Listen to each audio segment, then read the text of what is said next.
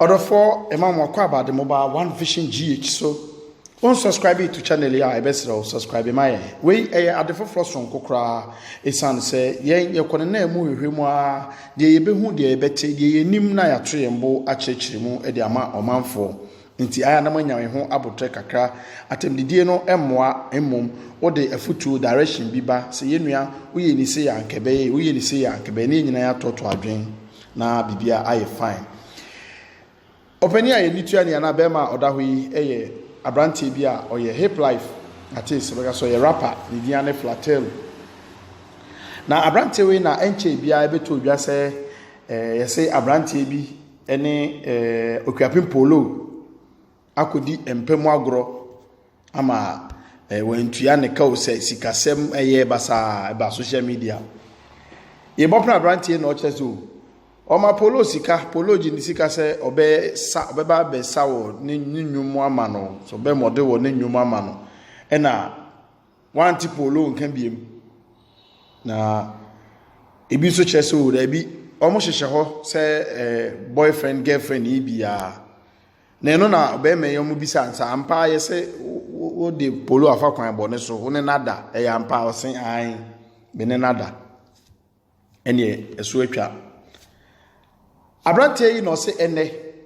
ye no kasa sisi e se muhia fante rapper ye fe ne papi kudwa chenema se mu huna mon chenemre no papi kudwa na ne bo na nyum chenema we ne mam he bra ya ye chese oye ekuapim polo e boyfriend Flatel o se papi kodwa ya de ma wadi ne ho yaw pa na nunti e na o se obebo no enunti no asoma Ghana fo nyina se bebia mo be hia papi kodwo bia no chenema na onye ne action eno ne ebisa so na papi kodwo eye woden enka wo de yeti ye woni polo ensem na ebeba ya amanfo aka bia nti se eye no ana obi na wo pe na ayi bibi di anka ebeka se kwapem polo na ene papi kojo the fante rapper oye woden eno na kwapem polo former boyfriend ni che se wakoye interview oni online channel ba ko aye interview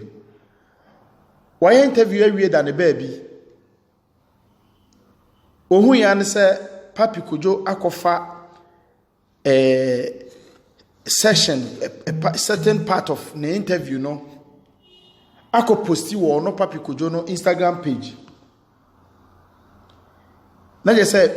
posti video no wo ho no ana baby poti ya okate no odidi ne ho few osre no eno ana rapper yi che se on tra ho ma papi kojo eni ne ho agro enu nti bebe bia obehia papi kojo bia no papi kojo nya na adwen se omoko na emom ono no Flatel no de o ka sisu dua se enye ko keke no mbeko no obebo no ehu behia sabi oye wunua ana munyina na mo industry ni mu se waye bibi na wani nje ho a adan ena onfre no ana onfa kwa bi so hwe no a na emom wo de ba mountain be ka se obebo no yehu na ye nchene mrew ebebo industry no ekro ye na mo hwe no monsa be ka ni esan mi say papi kojo wonso eba ne sen se sabi unua aye bibi interview no aye se okasa na no fom ye se bibi na question bi na wanyi anu ye a se enua se pep ekro ye wo wani so se munyina mo be kon kan se de se bi aya na ye de Ghana artist etoto Nigeria fo ho no adan na o se won so kwakate a certain part of interview no eri kwato Instagram se amanfo hwe ye nsere no ana ye ni ne ho few office says suban ye nyina ye de transsystem mu a ebeboa emisa de yenua Flatel eken ni yie mu a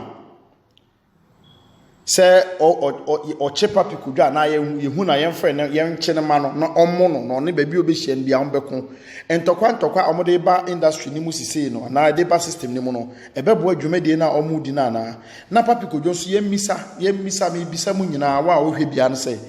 eyefe se wunua se okasa na no fom ye okan bibi ebisa no question bi no answer ne ye a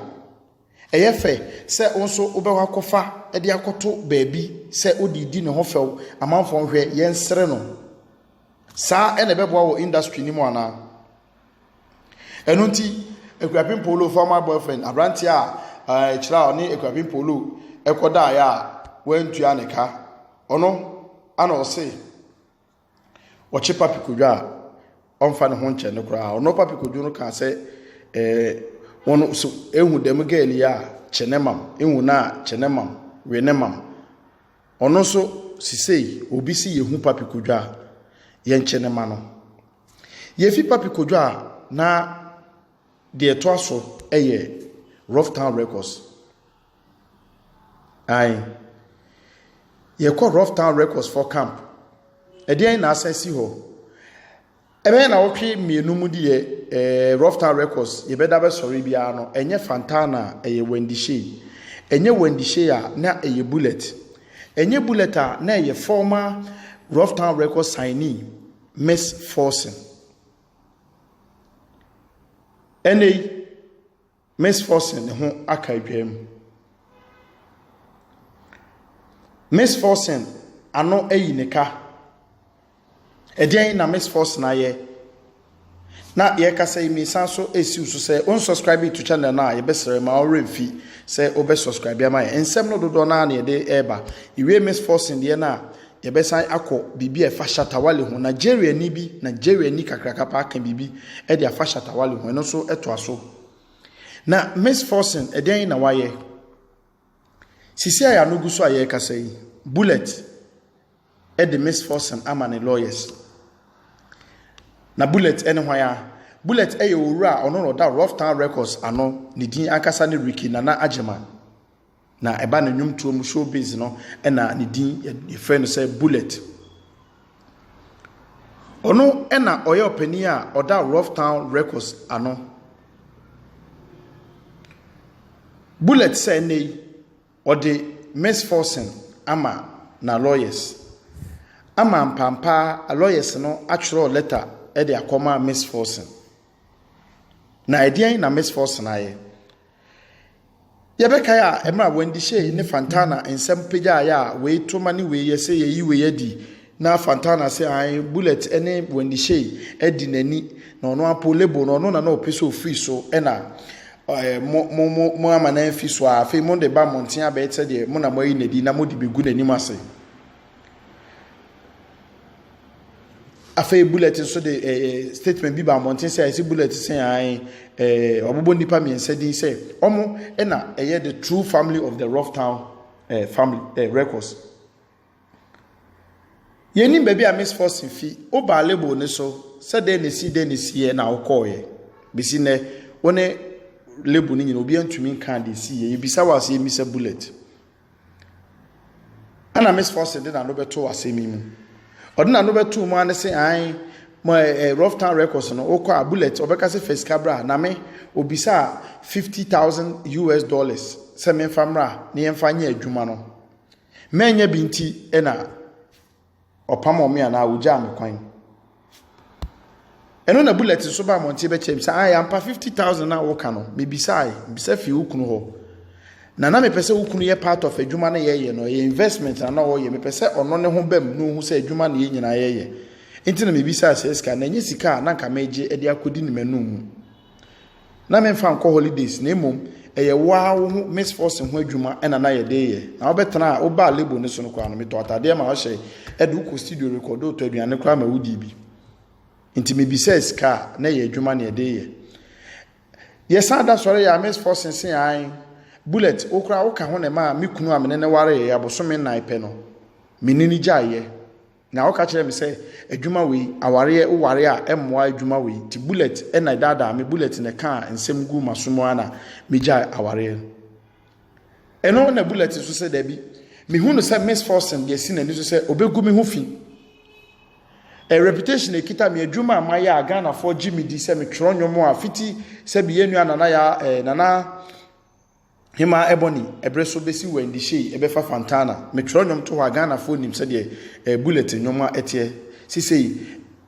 wendi shey foforo kra aba come on cut it o kana wa anye careful abeka wa no entimin tra ho ma wo awura we a wo ba lebu ne so talent uni bi me ma wo me gu mani mase enti de wa ma me lawyers na lawyers ya tro letter tin e de akoma Miss Forsen say ya no your client nana Ricky nana jema say wagu ne ho fi wo se edi kan obi say sika say fi wo ho ono so na ejina wo so ene ma na wo waware egu ye na impo wendi she nyom Stevie Wonder eye wo dia wo na wo tworo ye ena bullet e de ama wendi she ato na wo se enyom mako nan bi kura no wo na wo tworo ye wo ka ho na ye tworo ye na emu mienu ye de ama wendi she manato eno na bullet say anokora bi ani sa se na emu hu no say ne ho fi ena wo pese wogu enti ye ka say o de ama a lawyer for ewura wani tua ni eye ewura bi a Nigeria mem ena ofi Nigeria ena owo ne dia ne Linda Ikeji na Linda Ikeji say ana mami adwuma wo ye pa ye oye blogger oye journalist online no di ni dwuma ena o say online o te da bia ho no ye di ni dwuma na so obaga na hapa na se o so pe artist bia one making impact ewo online a oyi Shatawale fi ha onim obi a obeka na say wo so omodin dia Shatawale pe no onim so obi a one making impact wo ko internet ne so ana say ni din ewo Nigeria yenim no dia Ghana artist Shatawale ni di kan oyi Shatawale a de sa akode ebeto aso no mo maka de omoada mami abagana ha because ye blogger summit bi ekoso e wo Ghana ha obewie eneda 2nd November ya ye kase ena obo piem wo City FM ti interview ena omone ne ye ena ye bisa mami se o say na ohu Ghana artist ene Nigeria presence e wo so no si o da bi Ghana de ye kanipa obo no ho modern pa wo internet ne so anani pa obo no ho modern anu nti ni din wo Nigeria kra kakra Shatawale na me ameti he oya abrante bi a mepena sempa chese me hwe nimpo ene na ya adwuma me monitor ne pa me hwe ni dwumadi a odi a trender sisei enyom na ekọ social media no ekọ no ono pe na ode ne toto Nigeria for no ho a ono na ase odile ni mu kakra meka se obo no ho modern enti Nigeria ni top blogger top journalist ayo online edwuma na oye no o se odnani fefemu a Ghana de Shatawale pe ene artist a obo no ho modern online oyi ni fi ho a na de sakode ono no de o se sa no hu no free ho de sakode ato aso ye monitor enfenfree Papi Kujo ene Flatelo so a entokwa omopese omoko amanfo kabo omoko omonim no sei na Ghana artist omoti heye ene we sisei ochena we sisei office no ene bebo industry no adiche bia obi ene obi o beef bebe wiase adu no office eye beef we ene bebo adwuma a omunyina omo ye na for adwenkyere eto ho enye ntokwa anya ebufuo kan wadwen fa kyere omo ye free ni so a ne emra fantana Miss Forsen mo fa kyere Miss Forsen any bullet si say the adena kwaye no bullet edi nsem no ama lawyers no atwero edi akoma Miss Forsen office enye hwe bullet entwa so ana nie Miss Forsen enama okeka onyai ka say allegation say enamoso enami kunu amene na ware 4 months say bi na waware bema ene ne tie bobobra enwom to no ahia na de wo beko enumpo na ye wu wiase a say bi ye gina no so gyan aware Jay-Z ni Beyonce amoto ewiase nwom aya abomade Africa fo nyina beguso no omo jai aware Oni oba udi kan a wo to nwom waware sabi beka mo nyina aware anayimpo ye do toto mo yi movie ho a movie for ne nwom for hwan mo na wadaje yenu aba na McBrown on ware movie actress bebre omo ware ye asama Miss Force na ken one ne ya adwen one ne nya adwen a kire wadwen wa ha